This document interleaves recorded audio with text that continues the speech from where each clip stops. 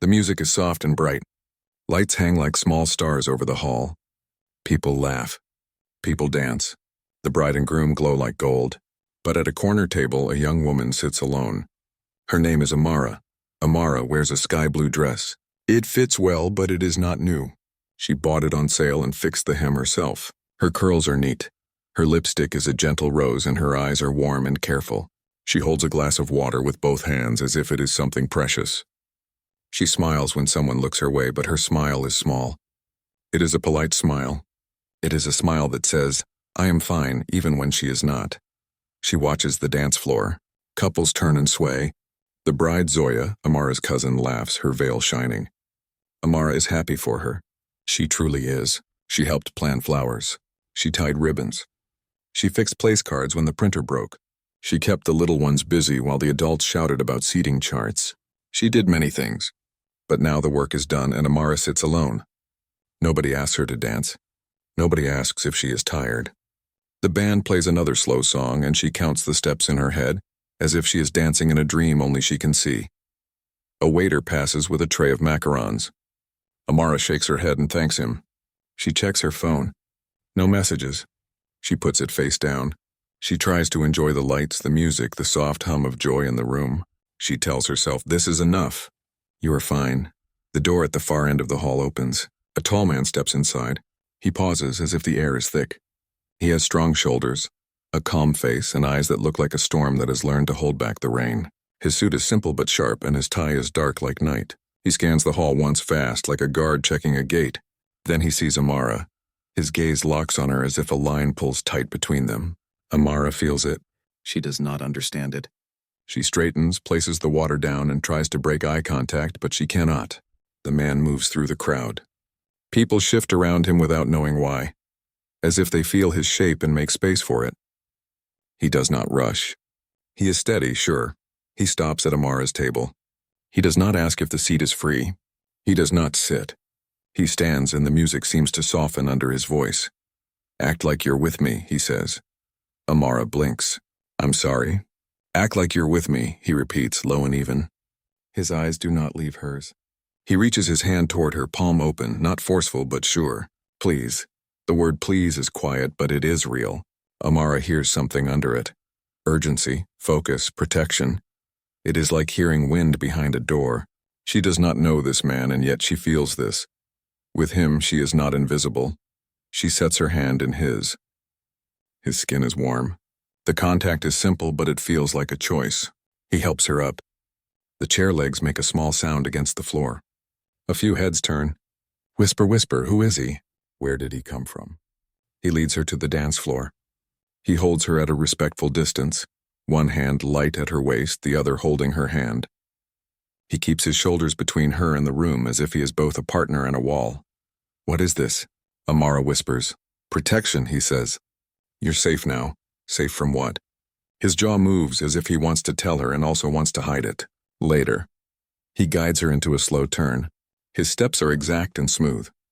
He does not step on her dress. He does not pull. He matches her, learns her rhythm in seconds. It feels like he has danced with her many times, but they only just met. Amara's heart is fast. She looks around. The bride sees her and gives a bright grin, happy to see her cousin finally on the dance floor. An aunt whispers to another aunt. A group of groomsmen watch with envy. A girl at a table snaps a photo. Amara feels seen and the feeling is heavy and light at the same time. "Who are you?" she asks. "Kale," he says. "Kale what?" He smiles a little. "Just Kale tonight." He moves again and the lights skim over his face. His eyes are not calm now. They are alert. He looks past Amara's shoulder for a second. Just a quick scan, left, right, balcony door, then back to her, as if he has measured every path of danger and placed his body between those paths and her. "I don't know you," Amara says, still soft. "You will," Kyle says. "For now, trust me. Trust a stranger?" "You trusted a stranger enough to stand," he says. "Let me earn the rest." She might laugh if she were not so curious. She might walk away if his voice were not so steady. Something moves across the balcony rails, a ripple in the shadows. Amara's skin prickles. She smells a faint scent she cannot name. Cold metal, wet earth, and something like smoke after the rain. The band changes songs. A singer draws a long note. Fireworks crack outside the hall, far away but sharp. The sound hides a second sound, a low, distant howl. Amara turns her head, but the crowd cheers for the fireworks and the howl is swallowed. Cale's hand tightens for a breath and then relaxes. "Stay close," he says. "Close to you?" Amara asks. "Yes." He dips his head and for a small second she sees the shape of him the way strength looks when it is gentle on purpose. "Someone is watching." "Who?" "Not for you to worry," he says, but his eyes say he worries for her, not for himself. They turn again. Amara's steps grow sure. She feels the music in her feet. She does not feel alone now. She studies his face from this close, this safe space, and tries to read him. He looks like a man made to lead. Not because he loves power, but because the world keeps handing him storms to walk through. She wonders what it costs a person to be that calm. "Why me?" she asks. "You were alone," he says simply, and the words do not sting because he does not say them as an insult. He says them like a fact, like a thing he noticed that he intends to change. Alone is easy to target. Target? She almost laughs now. By who? The aunties with sharp tongues. He almost smiles. Almost. If only. They move along the edge of the dance floor toward the open doors that lead to the terrace garden. The air outside might be cooler. Amara thinks of the water glass at the table and knows she will not go back for it. She does not want to sit alone again. Not tonight. "Come," Cale says, and the word is not a command but a path. They step out under the hanging lights of the terrace. The night is smooth and dark. The garden hedges are cut tidy and low. A thin breeze brushes Amara's arms. She rubs her skin and looks up at the sky. A few stars show between clouds. Somewhere a car passes, distant and ordinary. The ordinary sound makes the strange ones feel more real. That faint howl, that whisper of metal. Cale lets her hand go, but only after he checks the shadows with a glance. He holds himself like a soldier resting but ready. "Tell me," Amara says, "why did you ask me to act like I'm with you?" "Because some eyes change their plan when they see me," he says. "And because I needed you close where I could see you. Do you know me?" He looks at her in a careful way. "Not yet." "Then how do you know I would say yes?" He gives a small nod like he respects the question. "I didn't, I hoped. You looked brave, brave." She huffs a small laugh. "I was just sitting." "Sometimes sitting is brave," he says. "Some rooms are heavy. You stayed anyway." Amara feels heat in her chest, the good kind. She is not used to people seeing her like that. She is the helper, the quiet one who keeps things moving. The engine under the boat. People enjoy the ride and never look down. But this man looked and named her steady heart. It feels like a gift she did not know she wanted. From the garden hedge comes a faint sound. It is small, like a branch dragged over stone. Cale's head turns. He shifts, placing himself between Amara and the hedge. His eyes sharpen. For a breath, they catch the terrace light, and Amara sees something odd. Not a change in color, not a trick of shadow, but a depth. Like a wild shine just beneath the human mask. It is not scary, it is old, like a story told before fire was tamed. "What is it?" Amara asks. "Nothing we can't handle," he says, voice low. "Did anyone bother you tonight? Any messages, calls?" She tries to think. She remembers a note on her car earlier that day. It was short and rude. "You don't belong here." She had crushed it and told herself to forget. She had not told anyone. She almost says nothing now. But Cale's gaze is focused. It invites honesty. "There was a note," she says, "on my car. At the salon. It said I don't belong. Do you still have it?" "No, I threw it away." He nods. He looks toward the hall, then back to the hedge. "Good, you told me. Why does it matter?" Amara asks. She hears a laugh inside the hall and the clink of glass. The world inside is still bright. The world outside feels thinner, like a veil pulled tight. "It matters," Cale says. "Some people use words to push, to test, to see if you will walk alone into a dark corner." His voice is even. "You did not." Amara almost jokes. She almost says, "I would need a reason to go into any dark corner in these heels." But another sound reaches them. The terrace lights flicker for a second, fast. The music dips, then swells. The wind shifts and the scent, iron earth smoke moves closer. Cale angles his body, and his shoulders seem wider without moving. He offers his hand again. "Shall we go back in?" Amara slides her hand into his. "You still have not told me who you are." "I told you my name," he says, and there is a slight smile now, a very human, soft thing. The rest will come. Are you a guard? A friend of the groom? A what? I'm someone who will not let harm touch you tonight, he says. He does not look away when he says it. It is not a line. It is a promise. They step back into the hall. The warmth wraps around them. The singer starts a new song. The beat is gentle, the melody like honey. The bride sees Amara and throws her a thumbs up across the room. Amara smiles, bigger now. The aunties whisper again, but the whisper feels far and small. Cale guides her to the dance floor once more. Follow me, he says. I can lead sometimes too, Amara says, teasing now just a little. Then we will trade, he says, and for 3 turns she does lead and he follows with perfect trust.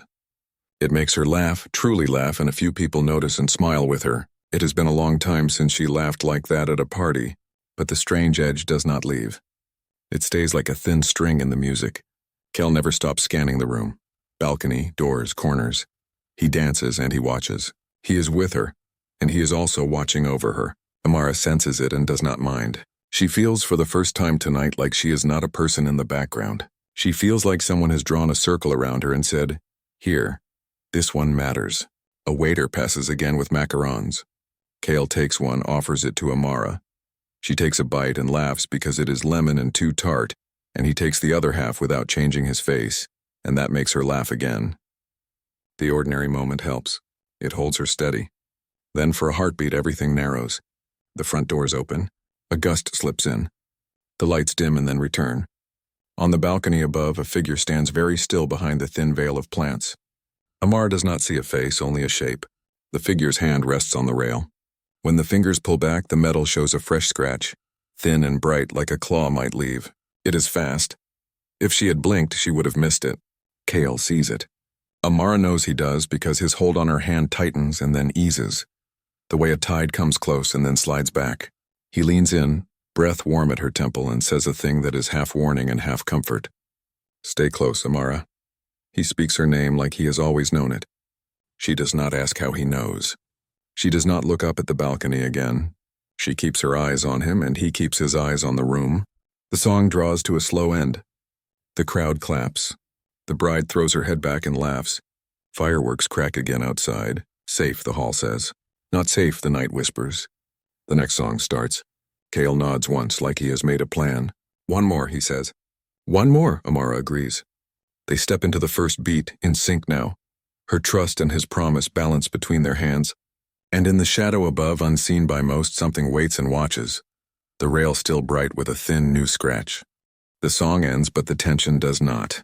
It sits in the air like smoke that will not leave. Amara stands with Cale at the edge of the dance floor. She feels the music in her skin, but she also feels eyes. Hidden eyes. Cale shifts his stance, calm but ready. He looks like a man who listens to things other people cannot hear. He nods toward the terrace doors. "Air," he says softly. "Come," they step out. The night is cooler now. The breeze touches Amara's arms and makes her shiver.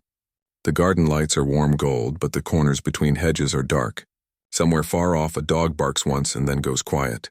The city hum is there, but thin. It is the kind of quiet that lets danger speak if it wants. Cale faces her. "I will ask a few things," he says. "Answer only if you want. But be true." Amara meets his eyes. "Ask." "Before the wedding," he says, "did anyone watch you? Follow you? Did your phone ring and no one spoke? Any messages, notes, something off?" She thinks. She sees the one small memory, the note on the car. "You don't belong here." She wants to shrug, to make it small. But her gut says not small. There was a note, she says. "At the salon, on my car. It told me I don't belong." Cale's jaw moves once. Not fear, calculation. "Did you tell anyone?" "No." "Good," he says. "Not because you should hide. Because it helps me see the pattern." "Pattern of what?" Amara asks, voice low. "A push," he says. "Someone wanted you to stay small. Someone wanted you alone at a corner table. Alone is easy to cut from the crowd." A small heat rises in Amara's chest. Not fear, anger. They picked the wrong table. Cale's mouth almost smiles, quick and real. It is gone just as fast. He looks past her again. To the balcony. To the roofline, to the shadows under the ivy trellis. He breathes in slow. "Smoke," he says. "Iron, wet earth. You can smell that from here?" He does not answer the question. "Come with me," he says instead. They walk along the terrace wall. A waiter steps out with a tray of sparkling water and freezes. Something in Cale's face tells him to move aside. He does. He does not even look at Amara. He just steps back in, wide-eyed as if he felt a pressure wave pass. Cale stops near the side gate that leads to the narrow staff lane. The gate is latched. The metal shines where something scratched it, thin and fresh. Amara thinks of the balcony rail. Her throat tightens. Who are they? She asks. People who want to test me, Kyle says. People who think I will break rules in front of a crowd. His eyes go harder for a breath. I will not. Before she can ask more, a sudden shout comes from inside the hall. A small one, but sharp. Then a crackle of static and the warm scent of wax turns harsh. Amara and Cale move at the same time. They step back in. A floral centerpiece on a side table has caught a low flame where a wire sparked. The flame is tiny, but it is still flame, and panic is fast in rooms like this. A guest cries out. A child starts to sob. Someone says fire too loud. Kyle moves like water through a tight space.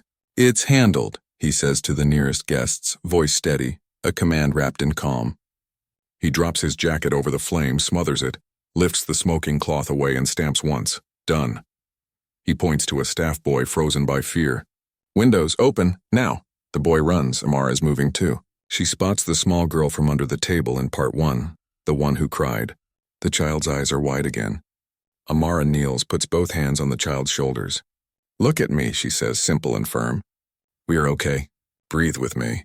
1, 2, the child copies. The sob slows. Amara lifts her and passes her to the child's mother, who is shaking and grateful. Around them, the buzz quiets. Cale's calm is contagious. His voice cuts through noise without shouting. His posture tells people what to do without words. The bandleader sees him and nods like a soldier saluting. The singer starts a gentle song to cover the strange moment. The room resets. A tall, gray-haired man appears near the main door. His suit is old but clean. His eyes are old but sharp. He carries the weight of rules like a coat. He finds Cale in one look and walks to him with purpose. Elder Rowan, Cale says, low and respectful. Rowan does not look at Amara first. He looks at the smothered jacket, the faint smoke, the open windows. He notes each thing like a checklist. Then he looks at Amara. His gaze is not kind or cruel. It is measuring. You risk exposure, he says to Cale. Not here. Not tonight. I am controlling it, Cale says. Control is not the same as permission, Rowan replies. Amara does not like the way they speak around her. She steps closer. If you have something to say to him about me, say it where I can hear it. Rowan turns his head a fraction like a hawk noticing a small animal that might be a fox, not a mouse. You are brave, he says. Brave attracts teeth. Amara lifts her chin. Then they will break their teeth. Rowan studies her for one beat more. His mouth tightens and she realizes this might be his version of respect. Keep her near, he tells Cale. The rival is close. He wants you to rush. He wants you to show the beast in front of silken candles. I won't, Cale says again. See that you don't. Rowan fades back into the crowd like a shadow that learned manners. Amara watches him go. Elder? She asks. Old friend, Cale says. Old rules. Amara's hands are steady now, but her heart is not. It is a drum behind her ribs. She looks up at Cale. What are you, Cale? He pauses. He could lie. He does not. I am Alpha. The word lands between them with weight. Not a title from a movie. Not a nickname, a truth. It is simple and heavy. Alpha of what? She asks, almost a whisper. Of people who are also more than people, he says. Of a pack that keeps its peace. We live quiet. We live by rules. We do not show teeth where cameras live. Her mouth is dry. And the rival? Wants me to break those rules. Wants to claim I am a danger to ordinary lives. His voice softens on the next words. Wants to pull you like a string. Me? It feels unreal. She is just Amara, the quiet helper, the one who stayed in the corner seat until a stranger pulled her to the light. You were alone, Kyle says again. They thought you would be easy to move. They thought no one would notice if you slipped outside. Tonight they are wrong. A waiter trips slightly near the back door. The tray rattles. A group laughs too loud. And under that, low and quick, there is the sound again. Not a howl this time. A scrape, metal on metal. Then a light flickers. Cale's hand finds Amara's without looking. We move, he says. Where? Somewhere I can see every door. He guides her to a spot near the center of the room, where mirrors line a column and the balcony rail is in clear view. He positions himself so his reflection shows him angles the eye cannot. It is a small trick, a soldier's trick. Amara sees it and feels safer. A woman in red glides toward them. She is beautiful the way Flame is beautiful. Bright, hungry. Her smile is soft and sharp at the same time. She smells like heavy flowers after rain. Her eyes flick from Kale to Amara and back again. "Kyle," she says, voice like silk over glass. "You found a new game piece." "Mara," Kyle says. The name is a warning, not a greeting. Mara's smile widens. "Is that what you call bravery now?" She tilts her head at Amara. So small, so sweet, Amara does not step back.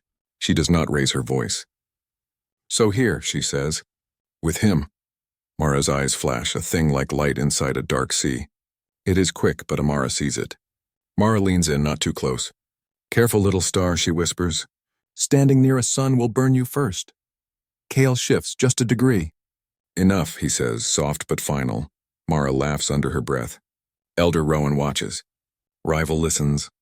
You stand in the middle holding a human's hand. Bold even for you. She steps back, light as a cat. "When the lights go out, Kale, will you still act slow?" "Try me," Kale says. "Oh," Mara purrs. "He will." She drifts away, her red dress like a warning flag. The band begins another song. The singer's voice is smooth, but the room feels rough. Amara's fingers are tight around Kale's. She does not realize it until he squeezes back once, gentle, to tell her he is here. "Who is she?" Amara asks. "Trouble," Kale says. "Jealous trouble. Loyal to the old rival until loyalty pays better somewhere else and's in the rival." Amara presses. Kale scans the balcony. "He wants me to choose wrong. To run, to rage, to show the thing he can point at and say, 'See, monster.' What will you choose?" Kale's mouth is a straight line. "Discipline," he says. "And you." Something pops near the DJ booth. The lights dip, not dark, just thin, and in that thinness the room changes. The shadows stretch. The mirrors on the column hold too many shapes for 1 second. Amara's skin crawls, but her mind stays clear. She thinks fast. "The bell," she says. "What bell?" "The catering bell by the bar. It's sharp. It will break panic. People will look to one place. You can give orders." Kale's eyes meet hers with a quick spark of respect. "Good," he says. "Be ready." He moves with her to the bar. The bell is there. Small and silver, used for refills and empty plates. Amara picks it up. She rings it. Once hard. The sound cuts clean through chatter, through fear, through everything. Heads turn. Even the singer stops. Amara lifts her chin and uses a voice she didn't know she had. "Please listen," she says, firm, simple. "We are going to open the side doors for air. We are going to make space near the windows. Parents, hold your children's hands. Bride and groom, stay with your family. Staff, help people move slowly. No one runs. No one shouts. We are safe." Her words are not fancy. They are clear. People obey clear. It is a secret of crowds. They move, the doors open. The air flows. Kale stands at her side, adding short commands at the edges. "You three, open that set. You two, keep the door clear. Sir, step back from the cable." He does not raise his voice. He does not leave Amara. For a moment, it looks like the night will accept this peace. Then a shadow near the side door detaches from the wall. It moves wrong, like a man who learned to walk from a wolf. A mask covers the face, plain, black, ugly. The figure slides between guests, fast but smooth, a thin knife of motion. Amara sees it first. "Kale," she says, a single warning. Kale turns. The figure reaches, too fast, for Amara's wrist. The hand is cold through the glove. The grip is strong. The masked head dips close. A whisper like a blade kisses her ear. "You smell like him." Fear tries to flood Amara. She does not let it. She brings the bell up hard and strikes the mask where the cheek should be. The sound is bright and brutal. The figure hisses and jerks back a step. Kale is already there. He moves in front of Amara and drives the attacker back with a clean, controlled strike. Wrist, shoulder, knee. No show. No roar. Just skill. The attacker stumbles, finds balance, and retreats toward the side exit fast. "Do not chase," Elder Rowan says from somewhere like a judge behind a door. Kale does not. He catches the thing the attacker dropped. A small silver charm on a leather cord stamped with a wolf sigil burned black. The metal bites his palm. His jaw tightens. Guest voices rise again. The bride's mother is asking questions. The DJ is saying something about a fuse. The room wants to tip into chaos or jokes. Rooms like this do not know how to hold the middle. Kale puts the charm in his pocket. He looks at Amara. "Are you hurt?" "No," she says. Her hand shakes once after the danger is gone. She makes it stop. "He said I smell like you." Kale's eyes darken, not with shame, not with guilt, with claim. "Good," he says quietly. "Let them smell that." Rowan reaches them, silent as a law. He looks at the guests, at the open doors, at the bell in Amara's hand. His eyes rest on Amara for one heartbeat. "You kept heads clear," he says. It is not praise. It is an entry in a ledger. It still warms Amara. "Thank you," she says, and means it. Rowan lowers his voice. The rival wants a rooftop meeting before midnight. He sent the idiot for bait. He glances at Kale. "He wants you alone." Kale shakes his head. "He won't get it." Amara feels the night tilt toward a choice. She looks at Kale, the man with storm eyes who smells iron in the wind and stands like a wall. "If I stay with you," she says, "will you tell me the truth when I ask?" "Yes," he says. Simple. "Then I am not leaving," she says, simpler. Kale nods once. A pact sealed without ceremony. The singer tries a new song. People start to relax because they want to. They want to believe the small flame was just a wire, the masked man just a thief, the charm just a trinket. The world loves simple stories. Tonight is not simple. Amara's phone buzzes in her small clutch. She frowns. She has not had a message all night. She opens it. One text. No name, just a number. Roof, come alone, or the bride suffers. Her breath stops for one beat, two. She shows Kale. He reads it. His face does not change, but the air around him does. It goes still, like the second before thunder. "Not alone," Kale says. Amara nods.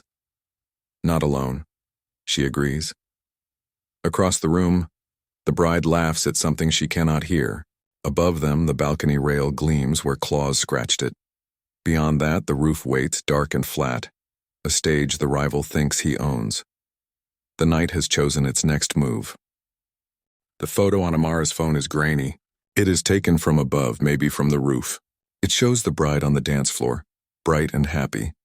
A small red dot of light dances near her shoulder. It looks like a toy. It does not feel like a toy. Kyle sees the photo. His face stays calm, but the space around him turns hard. The bell in Amara's hand is still warm from her strike on the mask. She sets it on the bar with a soft tap like a bell for a prayer. "We will move the bride," Kale says. "How?" Amara asks. "Quiet," he says. "No fear. No show." Elder Rowan steps close as if he heard the words through the air. He always seems to hear what matters. "He wants you to rush," Rowan warns. "He wants you to look wild." "I will not give him that," Kale says. He turns to Amara. "Can you reach Zoya without making a scene?" "Yes," Amara says. "She trusts me." "Good," Kale says. "Tell her her veil is crooked. Tell her we will fix it in the bridal room. Smile, laugh, lead." Amara nods. Her body shakes for one breath, then stops. She walks toward the bride like it is a normal walk. She keeps her shoulders loose. She keeps her smile soft. Zoya sees her and beams. "Your veil," Amara says, light as air. "It is trying to run away." Zoya giggles. "It is like me." She leans close. "Is everything okay?" "Perfect," Amara says. "Come 2 minutes." They glide together. No rush, no panic. The groom kisses Zoya's hand and lets her go with a wink. Guests cheer.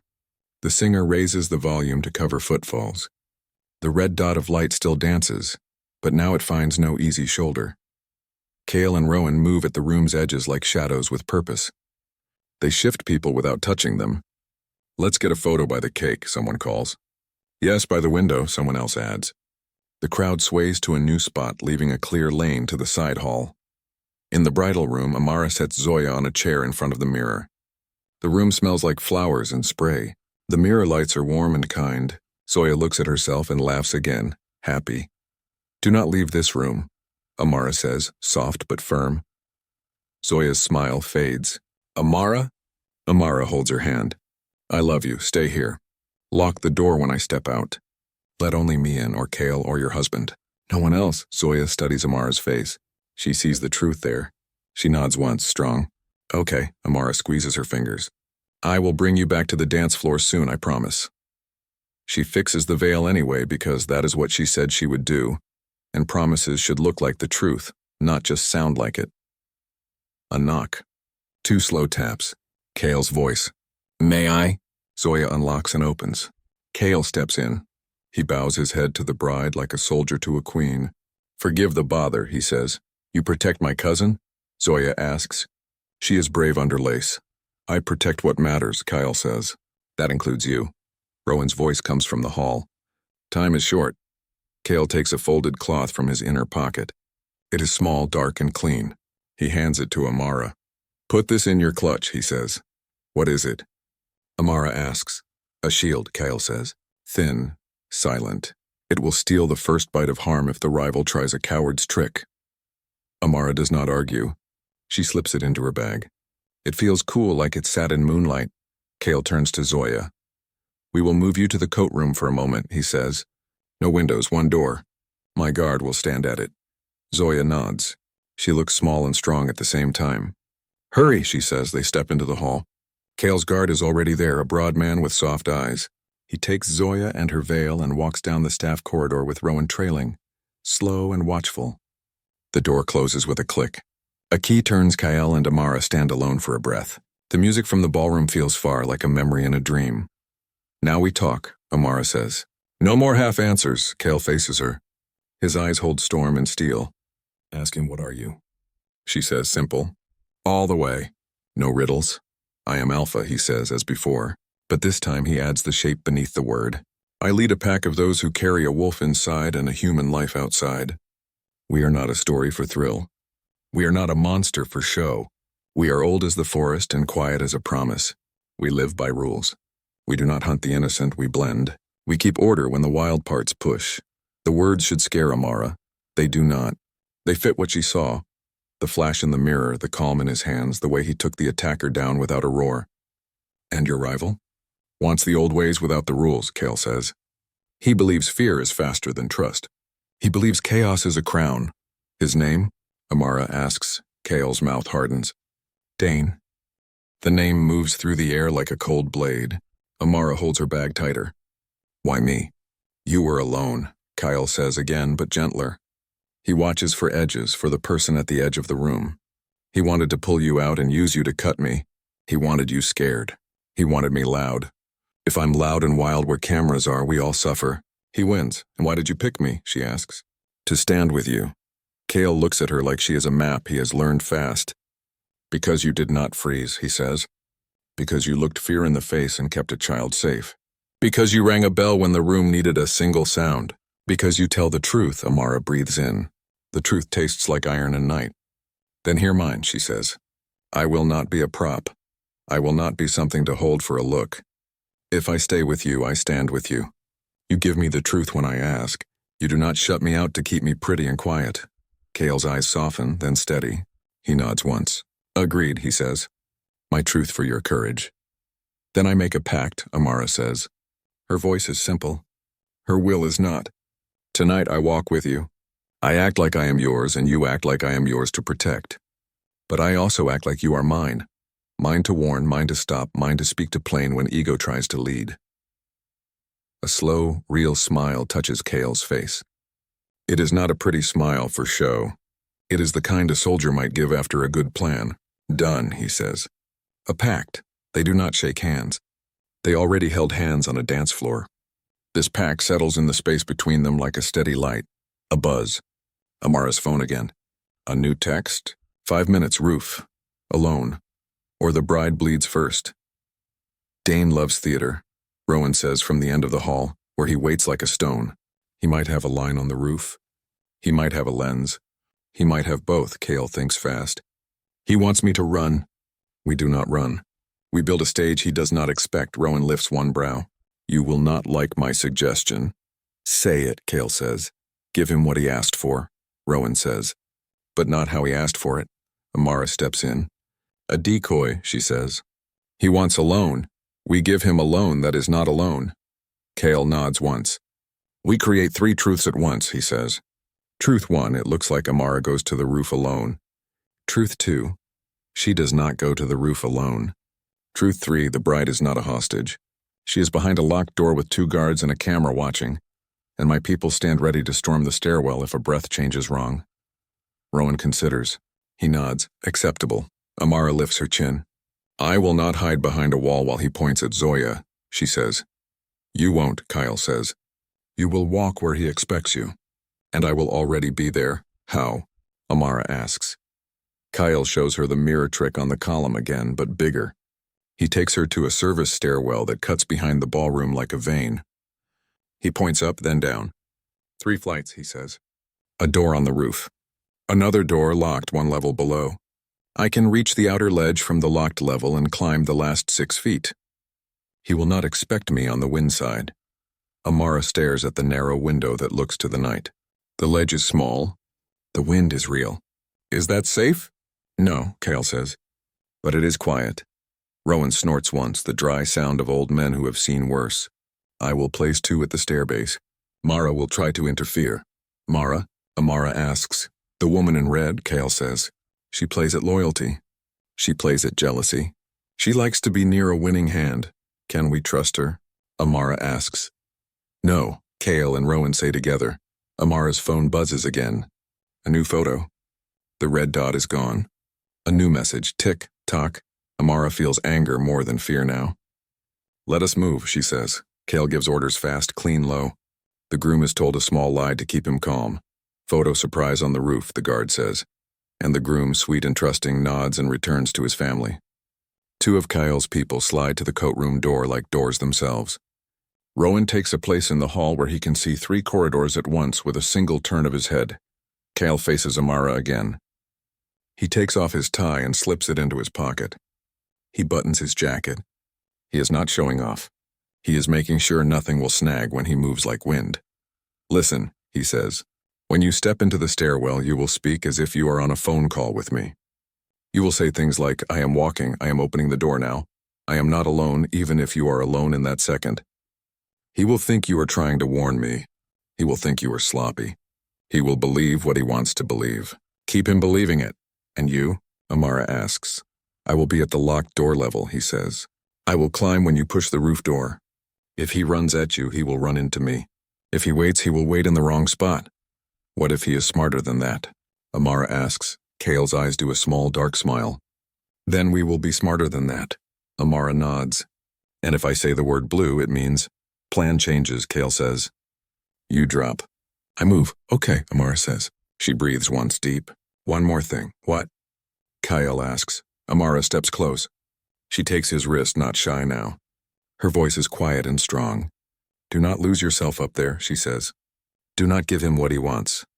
Cale's hand turns and he holds her fingers for 1 second. His voice is the promise from the dance floor. Iron under silk. I will not, he says. Not while you watch me. They let go. The pact feels real and alive. It is not romance in a song. It is 2 people choosing the same line in a storm. They move. Amara walks into the stairwell. Her heels hit each step with a soft, clear sound. The light here is a tired yellow. The air is cooler with a hint of dust and night. She lifts her phone to her ear like she is on a call. I am walking, she says. Her voice is calm. I am on the stairs. Above, a door creaks, a small, slow sound. Someone is on the roof or near it. The hair on her arms lifts. She keeps moving. I'm at the last landing, she says. I am opening the door now. Below, on the locked level, Cale's palm finds cold concrete. He looks up to the slice of sky. He feels the wind measure his balance. He hears Amara's voice like a rope to hold. He puts his foot on the narrow ledge. Rowan listens from the base. He hears another set of steps, light, sleek, playful, coming up the public stairs on the other side. He does not smile. Mara, he murmurs as if the name is dust. Amara reaches the roof door.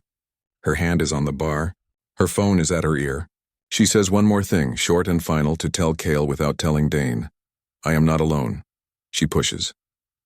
The door opens to the flat, dark roof, to low walls and a wide sky. The city is a necklace of light around the edges. The wind carries the smell of iron and rain and the faint sweetness of flowers from the hall below. A figure stands near the edge, a blur under a hood. Another figure waits near the stairs, a thin line against the black. A third sits on the roof's low parapet like a cat, Mara in red smiling at the game.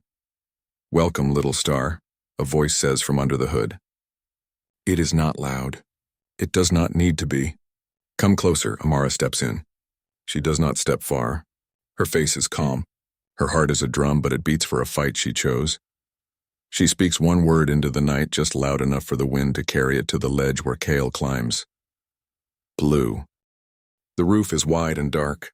The city glows at the edges like a slow fire. Wind moves over the low walls and presses clothes to skin. Amara stands just inside the roof door. Her hand is still on the bar. Her voice has already said the signal word. Blue. A silver line snaps tight across the roof, waist high, near invisible. It catches moonlight for one heartbeat, then hides again. Careful, Mara purrs from the parapet. Her red dress glows like a wound in the dark. She swings one leg as if she is at a show, not in a trap. Step wrong, little star, and you will fly. The hooded figure near the edge does not move. He is tall. His stance says leader. His voice is sharp ice. You came alone. Amara does not take another step. She lets the wind push her dress and say nothing for a second. Then she answers calm. I came smart. The thin figure near the stair bulkhead shifts. He is not tall. He holds something like a short blade, maybe a hooked tool. His eyes shine rat bright behind a plain mask. He is the one who grabbed her in the hall. He rolls his shoulders, eager. The hooded man laughs once. It is not a happy sound. You have spirit. He likes spirit. Who? Amara asks, though she knows. The hood lifts a little. A jawline. A mouth that smiles without warmth. Dane, he says. He does not pull the hood all the way back. He does not need to.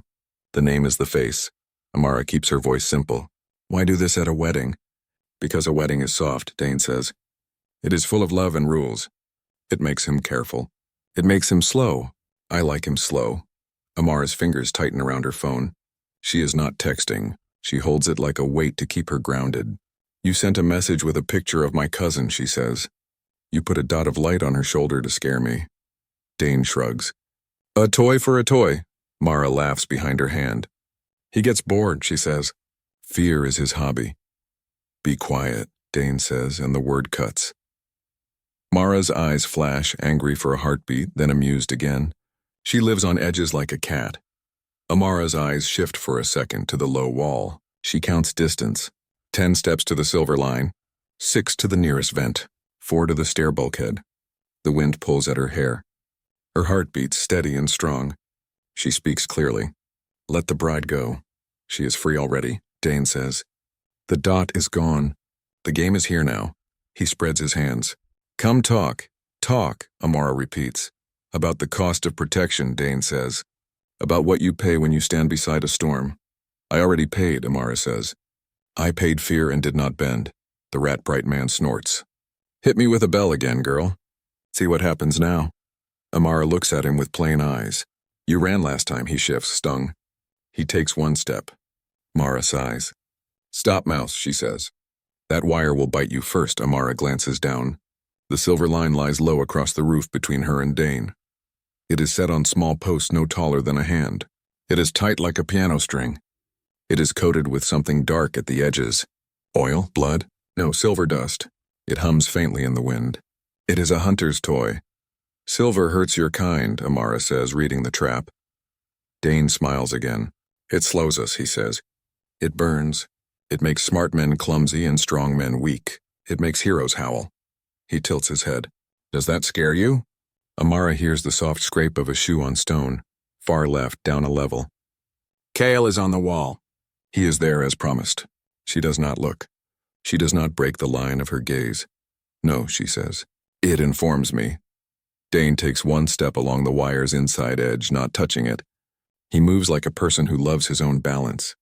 I offered him peace once, he says. A place beside me. He refused. He chose rules and elders and quiet. He chose to hide what he is. I am tired of hiding. You are tired, Amara says. So you hurt strangers at a wedding? I set a stage, Dane says. I show truth, Amara shakes her head. You show a cheap trick and a line on a roof. Truth is how you treat small people when no one claps. Mara snorts, delighted. Little Star has teeth of her own. Dane's smile thins. He will come, he says. He always comes. He thinks with his shield, not with his head. He lifts a hand. The rat-bright man shifts his weight, ready. But tonight he will think too late. Amara hears the slide of wind over stone. She feels the air change behind Dane by a hair. Kale is close. She hears the small scrape again. The edge of the building is a hard teacher.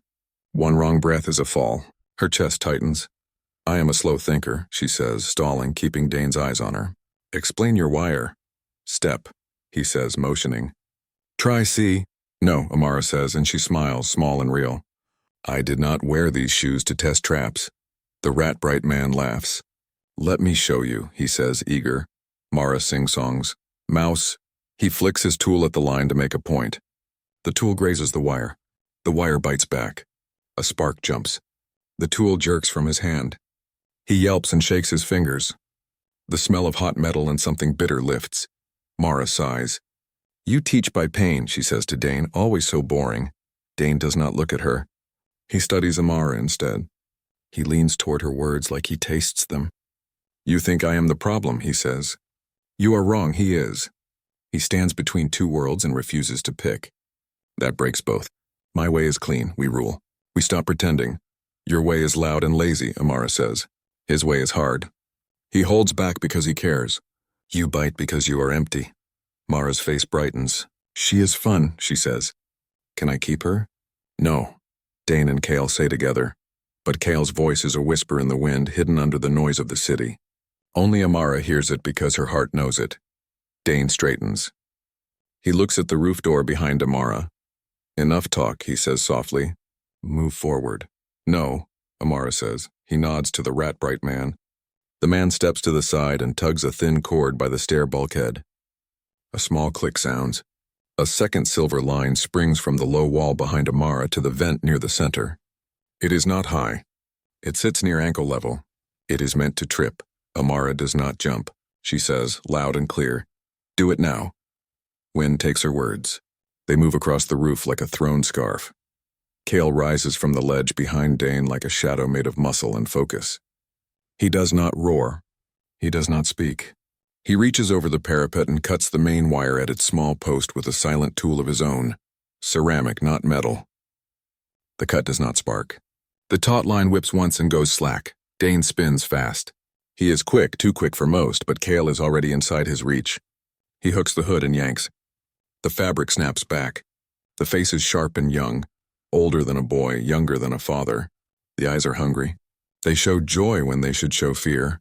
Hello, Dane, Kale says, calm. Hello, liar, Dane says, smiling too wide. The rat-bright man lunges. Kale blocks, simple and clean, wrist, elbow, shoulder.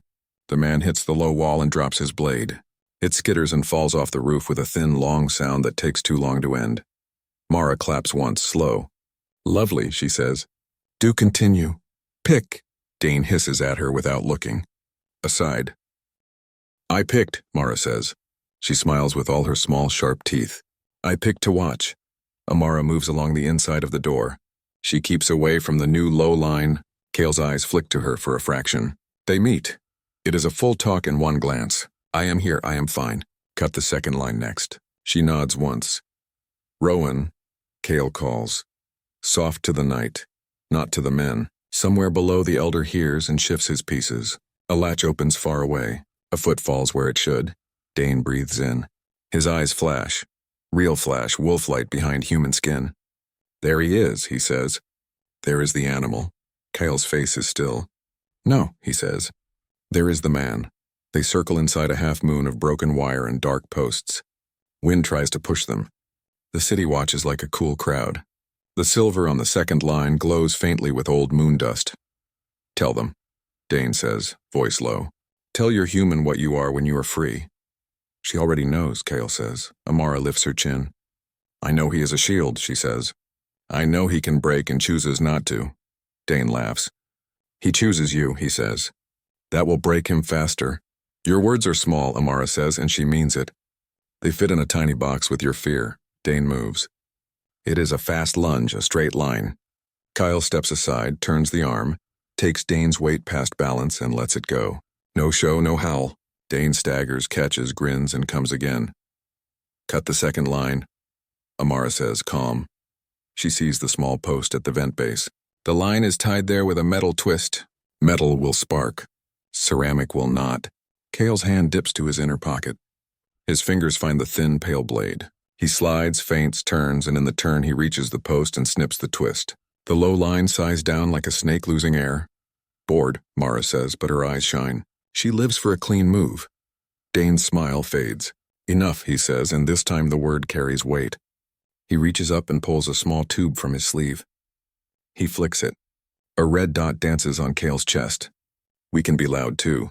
Amara's mouth goes dry. No, she says, and she steps forward without thinking. Cale's voice is soft. Amara, laser, she says fast. Not a sight. A pointer. Dane twitches. The dot jerks. It is sloppy. It is not steady the way a weapon sight would be. It shakes like a man's hand playing. You trick with toy lights, Amara says, because your throat knows a real shot will bring real police. You are loud but not brave. Dane's face tightens. The tube clicks off. He drops it. I am done charming you, he says. He whistles once, sharp. Footfalls hammer the stairwell on the far side. The roof door on that side crashes open. Two more figures spill out, heavy, fast, masked. They spread, trained. One heads for Cale. One heads for the roof door behind Amara. Rowan, Cale says. And the elder's answer is a precise action, not a word. The base stair door below slams and locks, a steel bite of sound. The path for more men closes, Amara. Cale says next, and she is already moving. Back, he adds, but she does not retreat. She moves sideways, away from the doorframe funnel, to a spot where the wall protects her on one side, and the open air on the other is close enough to fear, but not close enough to fall. The first heavy man crashes into Cale. They trade short, ugly blows. Cale is clean. The other is not. Cale takes a hit on his shoulder, rolls it off, and answers with a palm to the sternum that makes a sound like a small drum. The man wheezes and stays up. Inside his mask, he smiles.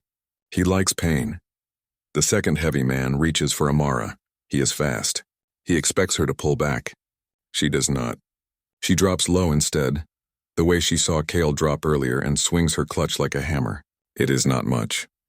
But inside the clutch is the thin shield Cale gave her, and the edge of it catches the man's wrist. He flinches, surprise more than pain. She pivots and slams the bell from earlier. She kept it, in a sharp arc into his ear hole on the mask. The ring is bright and awful. He stumbles. Mara lies on the parapet, kicking her heel in the air, watching like a god on her day off. I adore her, she says to nobody. Dane moves to flank Cale. Amara sees it. Left, she calls. Cale shifts, making Dane strike empty space. Dane snarls now, real animal sound under human teeth. Show them, Dane hisses. Show them what you are. Cale answers by not showing. He locks Dane's forearm, leverages the heavy man into Dane's path, and lets the two collide. It is not pretty. It is efficient. Both men curse. Mara claps again, delighted. A siren rises far away. Not here yet, coming. Dane hears it. His eyes flick to the city edge and back. He makes a choice. He whistles again, longer. The heavy men back off in 2 steps, trained to obey. Dane rips something small from his belt, a flat disc. He slaps it onto the roof near the bulkhead and hits a button. A flare pops, not bright enough for fire, but bright enough to bring chaos. Yellow smoke pours out, thick and fast. It smells bitter and sweet. It crawls low and then climbs. Fun, Mara says, and moves higher onto the parapet out of the smoke's path. She has no interest in coughing. Amara, Cale calls, voice clear now. Down! She drops to her knees and pulls the shield from her clutch. She holds it over her mouth and nose. The smoke rolls around her. It stings her eyes, but she breathes through the cloth and stays clear enough to think. She crawls 2 steps sideways, away from the door and away from the flare. Dane moves inside the smoke like it is his home. He laughs. Now we dance for real. Cale steps into the smoke too. He does not laugh. He counts his breaths. He listens. He uses the roof's map in his head. He is calm where most men panic. He is a wall in a storm. Left, Amara says, voice muffled, trusting her ear. A shuffle to her left, not Kyle's weight. Different. Kyle moves left. His palm finds a throat. He presses, not to crush, but to stop the next move. The heavy man chokes and drops. A boot kicks. Kale rides the pain and gives it back twice. The smoke thickens. The city lights fade to fog. The siren grows louder, then cuts, close. A car below kills its sound. Doors open, soft thuds. That is wrong. Police do not cut sirens like that. Someone else is here. Another pack? Or Dane's men in a stolen sound? Rowan's old senses twitch. Time, Rowan says under his breath somewhere below. He thinks of retreat lines. He thinks of the bride. He thinks of Amara. On the roof, Dane slides through smoke toward the stair door. Amara sees a shape black inside yellow. She swings her clutch again, not at the man, at the flare. The flat disc tips. The smoke flow changes. Wind catches it and pushes it back toward Dane. He coughs, ugly and real. Clever girl. He spits. Small tricks matter, Amara says. Kale's hand finds Amara's shoulder in the fog. He squeezes once, here, safe. She nods under the shield cloth. The smoke thins for a heartbeat as the wind shifts and the flare sputters. In that thin space, Dane sees Kale and Amara close together. His eyes flash. His mouth twists. He pulls a silver spike from inside his sleeve and throws it, not at Kale. At Amara. Kale moves. He moves like the world is a film, and he is the only frame that is not slow. His hand catches the spike's path and turns it with his palm. The silver bites his skin. He does not make a sound. The spike skitters away and drops off the roof, singing. Dane smiles through smoke. There he is, he says again, joyous and cruel. Break now, Kale does not break. He bears no teeth. He only places his body between Amara and the next shadow. A new sound splits the night. A heavy thud on the roof door behind Amara. Someone hits it from the inside. Not Dane's men. Someone trapped. The handle jumps. A lock scrapes. The door flies open hard, slamming the wall. In the doorway stands Mara's rival from within the rival, a woman Amara has never seen. She wears no mask. Her eyes are gold bright, not like Dane's cold light, but like fire behind glass. She breathes fast. She looks at Amara first, not at Kale, not at Dane. Run, the woman says to Amara. He has a second flare. He will blind the cameras and push the edge. How do you know? Amara asks through the cloth. Because I lit the first one for him, the woman says, shame and rage mixed. And because I just changed sides. Dane laughs in the smoke, incredulous and angry. Traitor, he says. Mara's voice floats from the parapet, pleased. Oh, this is good. The second flare spins in the air like a small sun. It drops between Kale and Amara. Time narrows. Wind holds its breath. Down. Kale shouts. Amara does not freeze. She kicks the flat disc with the toe of her heel before it hits the ground. It skids, sparks, and rolls past them toward the open sky. The flare bursts, white fire, but it blooms a few feet away over the roof's edge. The light blinds the street below, not the roof. A harsh wash of yellow smoke climbs, but the worst of it pours outward, spilling into the night. Dane curses. He wanted the roof to go white. He wanted cameras blind. He wanted panic. Kale moves on that single broken plan. He steps inside Dane's guard with quiet power. No roar, no show. He turns Dane's wrist, folds the elbow, and drives him to the low wall. Dane hits hard. The rat-bright man lunges from the smoke with a knife again. Kale blocks with his forearm and, just for a second, something answers inside him. It is not a full change. It is not a monster. It is a moment. A ripple under skin, a shadow of claw inside a human hand. Kyle's fingers hold more strength than human bone should. His eyes flash with a deep gold. Not cold like Dane's, but warm and old like fire behind glass. He clamps the knife hand without breaking the wrist. He chooses control. Amara sees it. The world tilts not with fear but with recognition. This is the truth.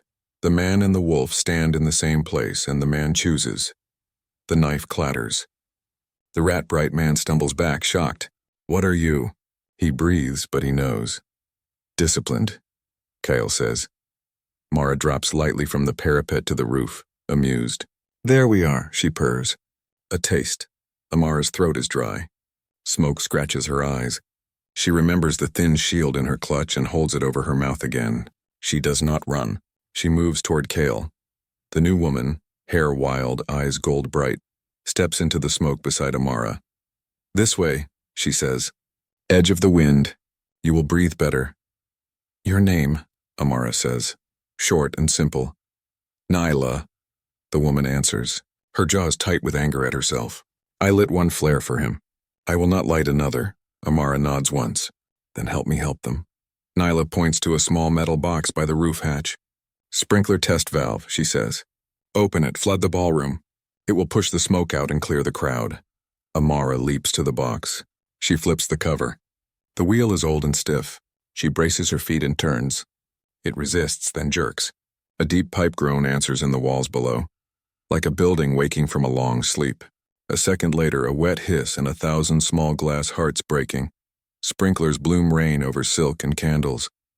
Far below, guests squeal and then laugh with relief, because water feels like safety. The DJ yells that it's part of the plan. The bride's mother curses and then kisses the air. Elder Rowan hears the hiss and smiles without moving his mouth. Amara's idea, surely. He signals 2 guards to guide the wet crowd to the covered terrace. No stampede. No fear. Good, Nyla says. He loses his stage. Dane hears the change in the way the building breathes. He shoves off the wall and slashes at Kale with a short silver spike. Kale turns the blow and takes the burn on his palm again. The smell of heated metal and skin lifts, but he does not flinch. He knocks Dane back a step. The heavy men try to flank. Kale shifts his stance and gives them angles with nothing to hit. "Always the shield," Dane spits. "Always the saint. Always the alpha," Kale answers. Mara tilts her head. For the first time, her smile fades at the edges. "Careful, boys. The girl sees you both. Amara does. She sees 2 kings with different crowns, one made of hunger, one made of rules. She chooses, out loud.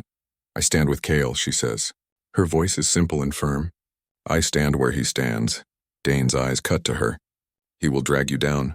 "No," Amara says. He pulls people up. He lunges to prove her wrong. Kale moves through him like water over stone. He breaks momentum without breaking bone. He traps Dane's wrist against the low wall and with his other hand presses 2 fingers into a point at Dane's shoulder. A nerve, a quiet pain. Dane gasps.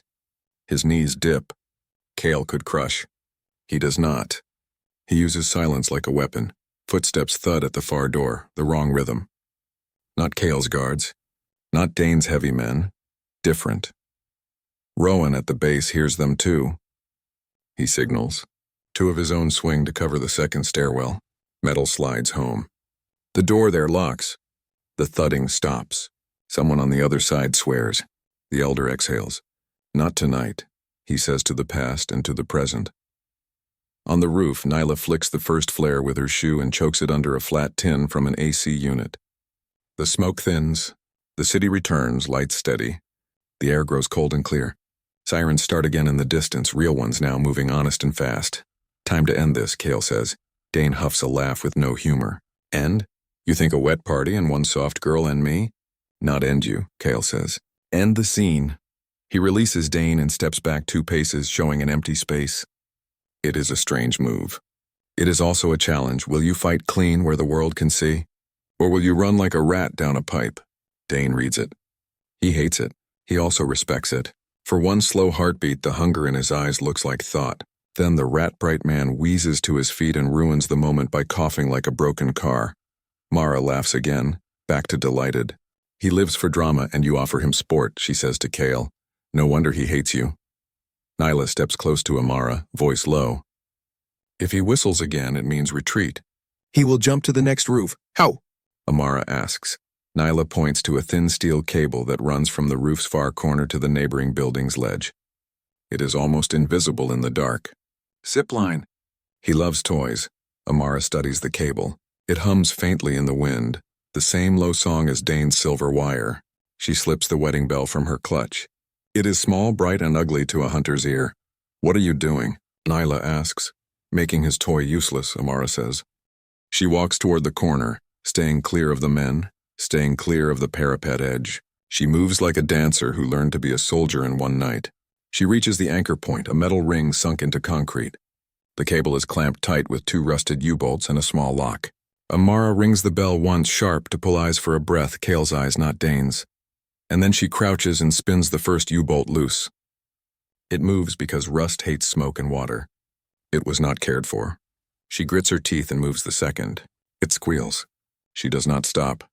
Amara, Kyle warns even while he keeps Dane's focus with a half-step and a tilt of his head. Careful. I am careful, she says. The second bolt gives. The cable goes slack a little, not much, but enough. Amara slips the small bell's handle through the ring beside the cable clamp and twists it sideways. The handle is short steel. The ring is a circle. Now the clamp can't slide off fast, a simple block. If Dane tries to zip, he will jerk. He will hang.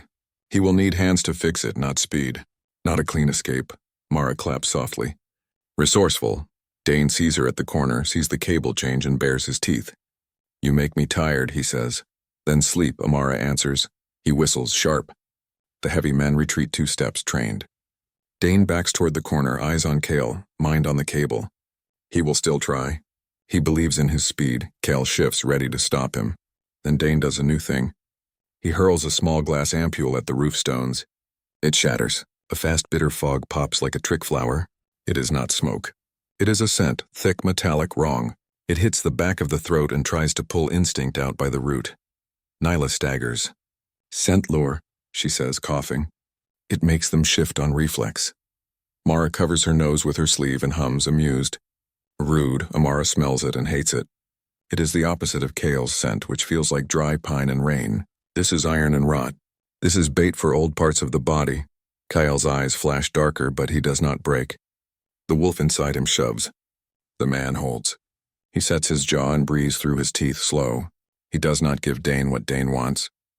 Dane smiles, ready to enjoy a loss of control that does not come.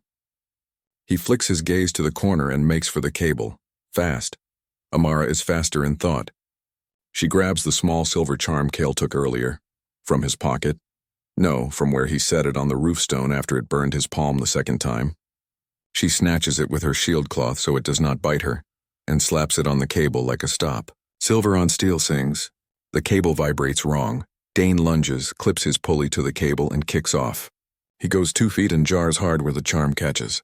The pulley screams. Sparks spit. He jerks, almost falls, scrambles, curses. The rat-bright man runs to help and is too far. Nyla steps to block. She does not fight. She stands, so he must go around, and he loses 3 seconds, and 3 seconds is an ocean. Kale is already moving. He reaches the corner, grabs Dane's jacket back, and yanks him off the line. Dane hits stone and rolls, lithe as wire. He pops to his feet, chest heaving, eyes wild. Enough, Kale says for the last time. Dane flicks his eyes to Mara. Come or stay, he snaps. Mara smiles and stays. I like this roof, she says. Dane bares his teeth, laughs once at the absurdity of loyalty and runs. Not to the cable, not to the stairs. He goes over the low wall to a narrow iron ladder bolted to the side of the building, a route nobody sane would use in wind. He drops 3 rungs and vanishes down the face like a spider. Let him go. Rowan calls up from below, voice hard and wise. No chase. Cameras now point this way. Keep your mask on, Alpha. Kale looks at the edge, looks at Amara, and chooses discipline. He does not chase. He rolls his shoulders, the human pain settling into human muscles. He turns to Amara. Are you hurt? He asks. She shakes her head. No. Her eyes prick with smoke. Her hands shake once, then still. You caught the spike. I will live, he says. His palm is raw where the silver burned him. Amara takes his hand gently. She wraps it with the shield cloth. It smells like her now. Soap, rain, a small warmth that is not smoke. She ties a firm knot. Her fingers are steady. His breath is not. Nyla steps close, wary, ashamed. I can testify, she says. I can tell the elders what Dane planned. I can speak about the flares. Rowan appears in the roof door with 2 guards, damp from sprinklers but composed. He regards Nyla. He sees her eyes, her shame, her choice. He nods once, short. You will speak, he says. You will also accept judgment, he turns to Kale. Coat room? Bride safe, Kale answers. Crowd wet and calm. Cameras saw smoke and then rain. Good cover. Good, Rowan says. He looks at Amara, and for the first time his gaze is not a measure. It is a regard. You think like a pack. Amara lifts her chin. I think like myself, she says. Tonight our lines match. Rowan's mouth does something like almost smile. Useful. Mara stretches like a cat. So stiff, all of you, she says. But I admit the show was fine. Cale glances at her. You helped by not helping him. I helped me, Mara says lightly. Then to Amara, softer. You changed the night by refusing smallness. Do that again and again and you will be dangerous in the best way. Amara meets her gaze. Pick a side, she says. Someday the roof will not be dry and a slip will take you. Mara's smile flickers. She's quiet for one breath. Noted, she says, and hops back to her parapet, half shadow, half flame. Below, the sprinklers cut. The building gives a last long cough. The wind clears the smoke. The wedding smells like wet roses and lemon cake. People cheer because humans are good at turning fear into stories and stories into laughter. The bride laughs loudest, safe in her small room with 2 guards and a promise. On the roof, Amara looks at Cale's hand wrapped in her cloth. She lifts her eyes to his. You did not change, she says. I changed just enough, he answers. Not more. That is the point, she says. He nods. That is the point. Her phone buzzes in her clutch. She frowns and pulls it out. A new message. No name, just a number. She taps it open. Basement. 5 minutes. Bring the alpha. Or Elder Rowan falls first. Amara feels the night tilt again as if the building itself shifts weight. She shows Cale, he reads. His jaw sets, Rowan reads over their shoulders without shame. His eyes do not change. Of course, he says. When roofs fail, rats go low.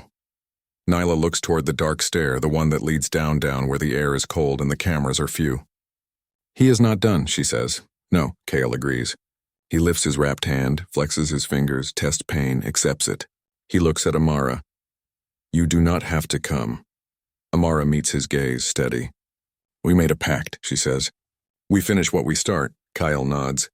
Then we go together. Mara hums from the parapet, lazy and bright. Basements are ugly, she says. Wear old shoes. Amara takes Cale's uninjured hand. The wind quiets for one small second as if the building listens. Rowan, Cale says. I walk behind, the elder answers. And this time we set the stage. Good, Cale says. They turn to the dark stair. All the lights die at once. Not a flicker, not a small dim. Dead. The stairwell becomes a black throat. Cold air rises from the deep. Stone smells like damp metal. Somewhere, water ticks in a pipe like a slow clock. A soft voice climbs from below. It is familiar and wrong at the same time. Come down, Alpha. Bring your brave girl. Let's see what truth looks like with no sky. Amara does not let fear take her legs. She stands close to Cale. She feels his heat in the dark, steady like a live stone. Elder Rowan is a quiet line behind them. Nyla stays by the door, half in, half out, as if the night itself told her to pick. She picks. I'm with you, she says. Kyle lifts Amara's hand and places it on the back of his jacket, at the seam of his shoulder. Hold here, he says softly. Count my steps. 1 is mine, 2 is yours, 3 is Rowan's, 4 is Nyla's. We keep the beat. Amara nods, even though he cannot see. 1, 2, 3, 4. Her voice is steady. She reaches into her clutch and pulls the small bell. She does not ring it. She holds it like a thought with edges. Rowan's voice is low. He killed the power at the breaker. Not a tripped fuse. Clean cut. He planned the dark. Then we move like we planned it first, Cale says. They step down. Boots find stone. The dark is thick, but the human body learns. A faint line of glow paint shows on the far rail. Old safety marks from a safety man who cared long ago. Nyla runs her fingers along it. Left side, she whispers. There's a broken tile on the 6th step. Skip it. They count together. 1, 2, 3, 4. On the 6th, Amara lifts her foot high and steps long. The air smells worse as they descend. Wet rope, rust, a hint of old oil. Somewhere below, a generator coughs and holds its breath. It wants to start. It does not. Dane's voice floats again, thin as thread. No music now, just bone and breath. Rowan answers him with a dry truth. You talk too much. A metal ping on the landing ahead. Not a foot. A drop. Kyle stops. He crouches and touches the floor with 2 fingers. Oil. Fresh. He rubs his finger and hears the slick whisper. He oiled the landing, Kale says. He wants a slip. Nyla pulls a thin roll of cloth from her jacket. She passes it to Kale, then to Rowan, then to Amara. The cloth smells like chalk and earth. Dust, she whispers. Pack trick, throw it. It will eat the oil for a breath. They toss the dust low. It blooms like a gray flower, then darkens as it drinks the oil. Kyle tests with his boot. It holds. Continue, he says. They reach the next door.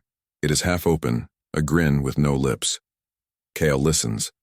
The silence inside is not empty. It is waiting. He taps the door with his knuckles. 1 tap soft, 1 tap hard. It answers with a hollow tone. A room with high space. A boiler room, maybe, wide and low with a big body in the middle and pipes like ribs. Amara's mind is sharp. She remembers the sprinkler wheel in Part 5. She remembers the old building cough when water moved. Pressure will be wrong now, she whispers. The boiler will hiss. It will also hide steps, Rowan says. Kale pushes the door with his palm. It swings in and hits a chain. The chain rattles like a whisper of snakes and falls. He wants music, Kale says. They step in. The room is large, as Amara guessed. The boiler sits like a sleeping beast. Thin steam sighs from a valve. The floor is concrete and slick in places. The only light is a weak blink from an exit sign far away. It blinks like a tired eye. Welcome, Dane says from the dark. His voice is everywhere and nowhere. He is not a voice on a speaker. He is in the room. Rules time, Alpha. You don't rush, you don't roar, you don't show teeth. You love rules. Let's use them. Kyle's tone is even. Say your rule. Trade, Dane says. 1 truth for 1 truth. 1 step for 1 step. You break it, I break something old. A small light clicks on above the far corner. It shows a narrow walkway over a pit. On the walkway stands a shape, tied at the wrists to a pipe. A man with a bag over his head. Rowan inhales. Then he exhales slow, as if to pull the air back into himself. He took one of mine. Not Elder Rowan, Dane says with a smile in his words. I am not that rude in front of guests. But yes, one of your guards. He is safe while the trade is safe. Kyle's jaw tightens. You want my truths. Take them from me, not from people who follow rules. Your truths bore me, Dane says. Hers do not. Amara steps forward, but Kyle's hand is on her shoulder again, a warm line. No, he says. He does not choose our dance. He already did. Dane purrs. You came down. Amara breathes in. She tastes rust. She thinks of the roof, the line, the bell, the flare. Not rage, design. We choose how, she says. We choose the beat. 1, 2, 3, 4. Rowan's old eyes narrow in the dark. He makes a plan on the fly. We will talk and walk, he says. We move toward the man on the walkway. We never stand in one place long. We keep our count. So brave, Dane says, amused. Speak then. Little star first. Amara does not freeze. She holds simple, hard truth. I am not a toy, she says. Not on a roof. Not in a room. I do not run because you whistle. Fair, Dane says. My turn. The bagged man is tied with hemp, not steel. Soft. I am not cruel. Rowan snorts. You say not steal as a kindness. You hide the drop. Amara hears it now. Under the walkway, the floor is not floor. It is an old elevator shaft, dark and deep, covered by a loose grate. A body would break through. She feels the dark reach up like cold hands. Kale shifts his stance. Next truth, he says. You used scent lure above. You will use sound here. Sound and light, Dane says. On cue, 2 flood lamps snap on. Far corners, high. The light is hard and white. It throws long black shadows across the floor. It blinds more than it shows. Somewhere high, a small speaker clicks. A low hum starts, half heard, half felt, like a bee inside bone. Nyla flinches. Subfrequency, she says, makes the wolf inside scratch at the door. Hold, Cale says. He is still. He is breath in, breath out. It scratches. It does not enter.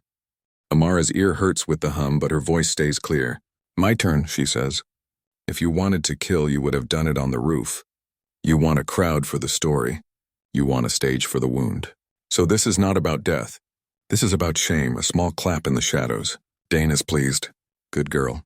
Your turn, Alpha. Cale speaks like a blade put down gentle. You were not born leader. You took it. You think that makes it true. Silence. Then a low laugh that does not hide a wound. Touché. They walk. 1, 2, 3, 4. They move as a small, tight square. Cale at point. Amara at his shoulder. Rowan watches the sides. Nyla covers the back. The flood lamps glare. The hum scrapes. The boiler sighs. The walkway waits like a thin sentence across a void. A shape moves on the left. Not Dane. Mara. She sits on a high pipe like a cat who found a new couch. I told you basements are ugly, she says.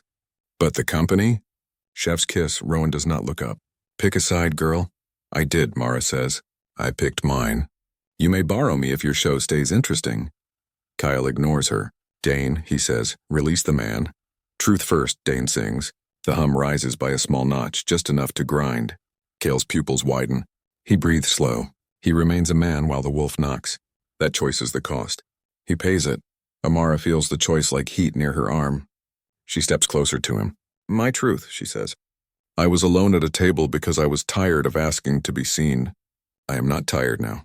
Dane sighs, almost happy. Fine, he says. My truth, I do not want your death. I want your first wrong step in front of a camera. A small red light blinks on the far wall. A camera hidden behind a wire grate. Nyla points. Rowan grunts. He'll splice it later. He'll sell his cut. Amara turns her face toward the red dot and speaks clear. If you are watching later, she says simple, know this. I chose to stand. I chose to walk. I chose who I stand with. No one pushed me. No one dragged me. That is my truth. Cut that. The red dot blinks, steady as a heartbeat.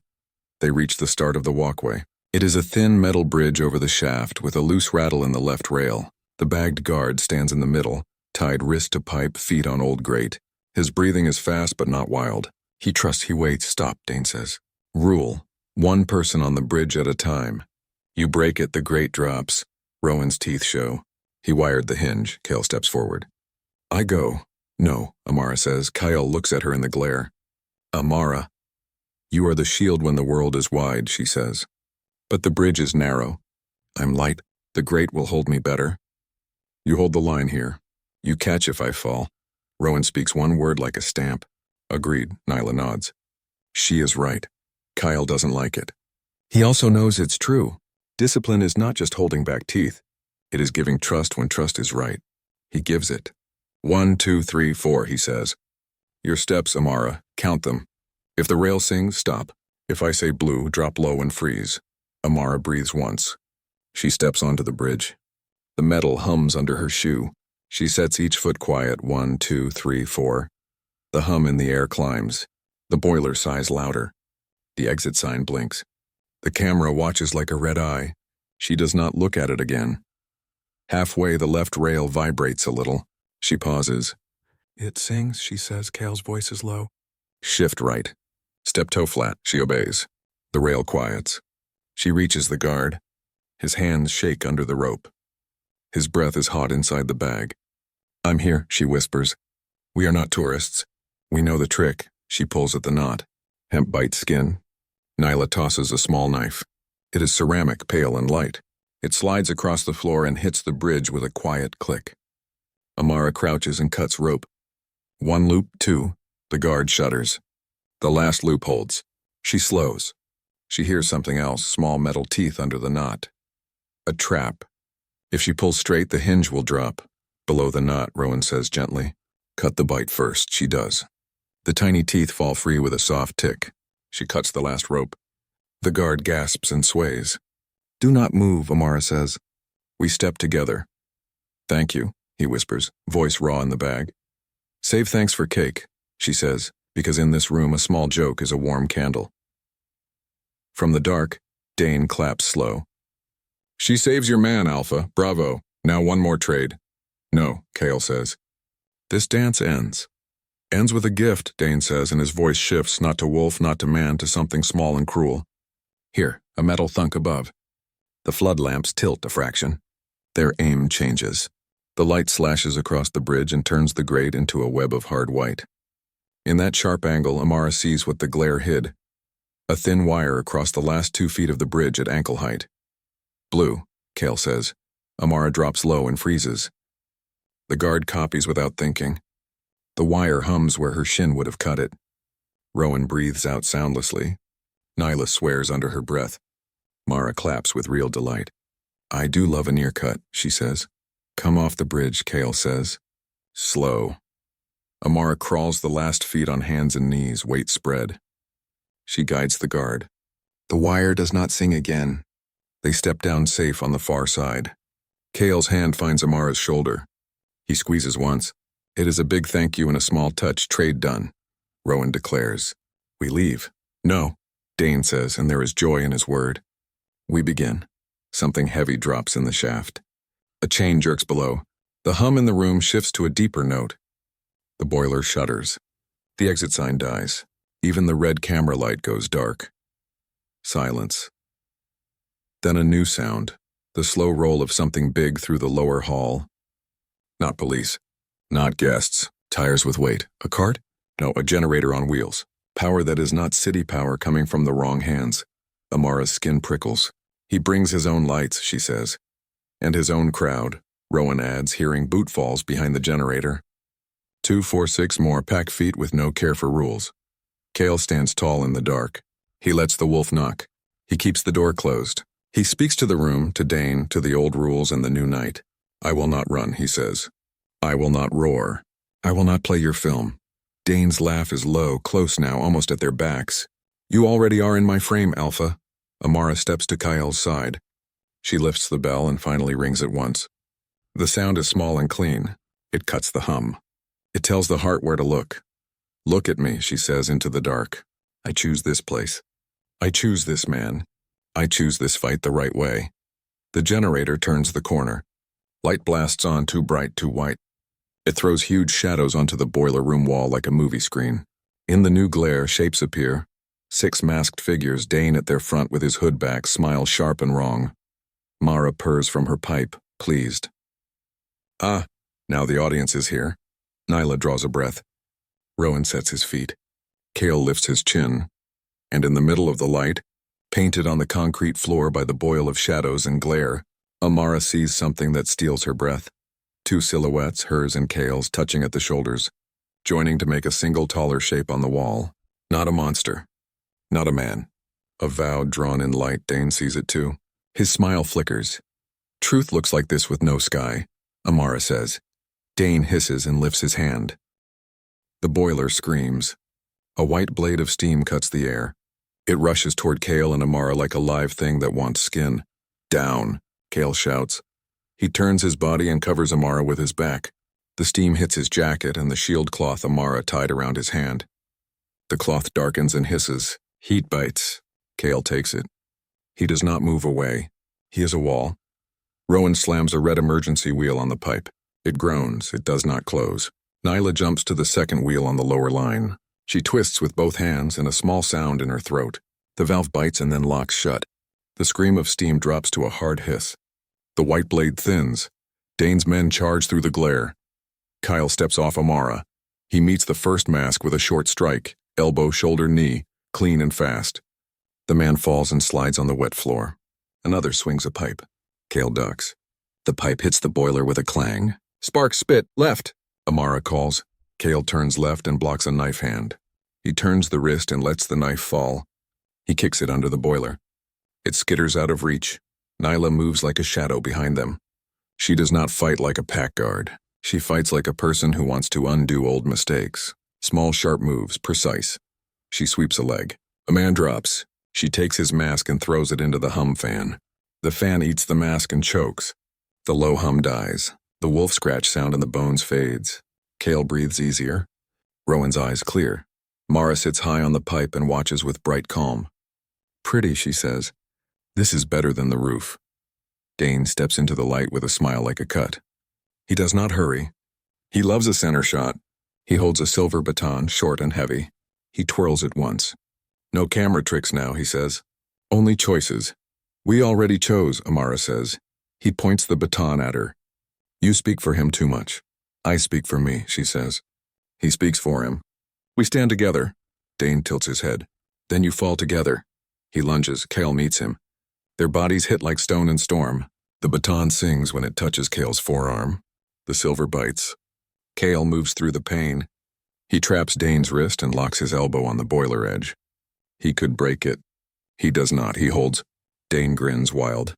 He likes hard moves. He likes to feel near the edge. 2 more masks come for Amara. She is not a wall. She is a line that moves.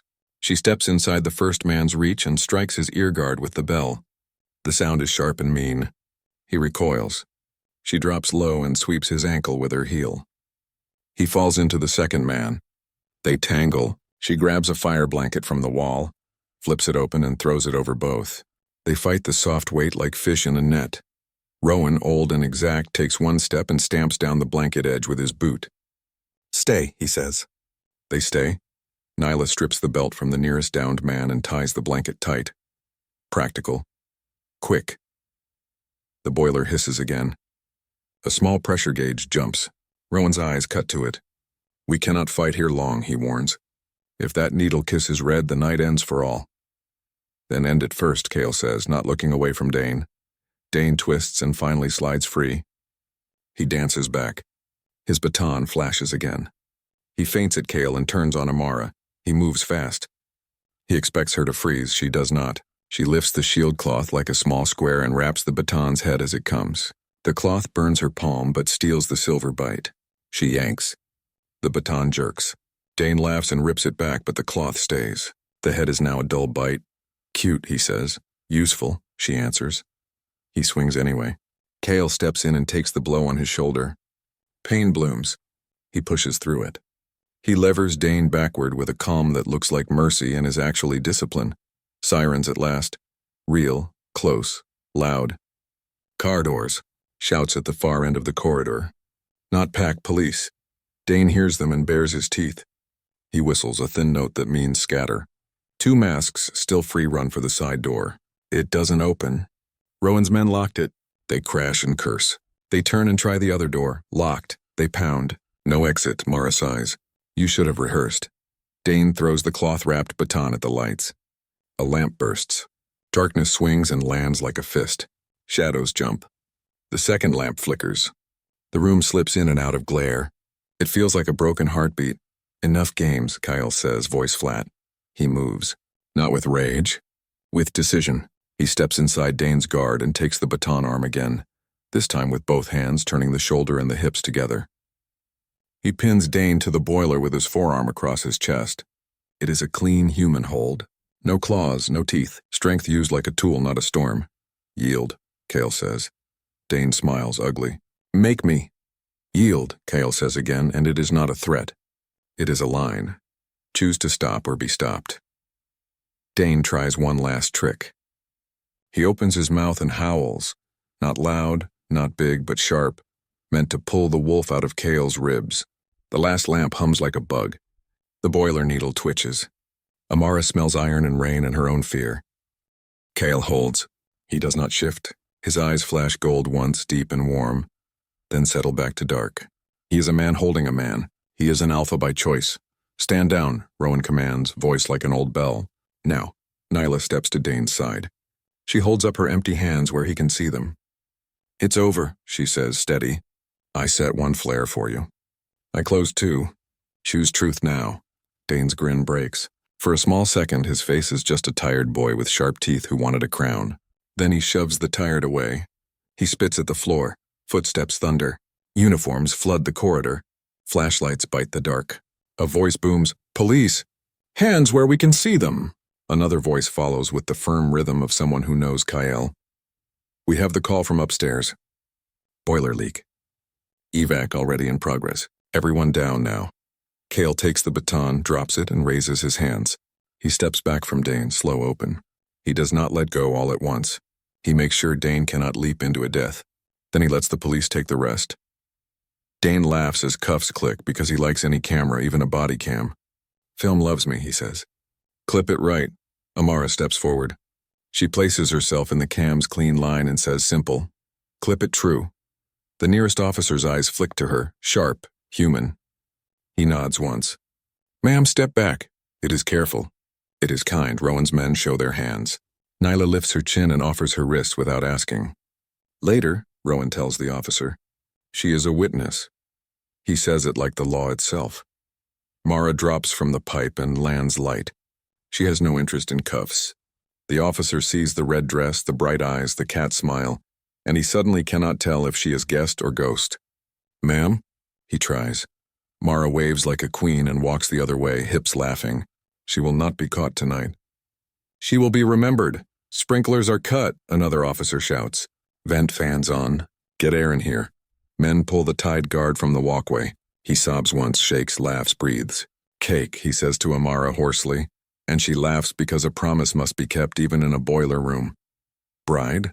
Kale asks. Rowan's radio crackles. Safe, a guard says. Family damp and loud, but safe. There is a tiny sob, then a cheer.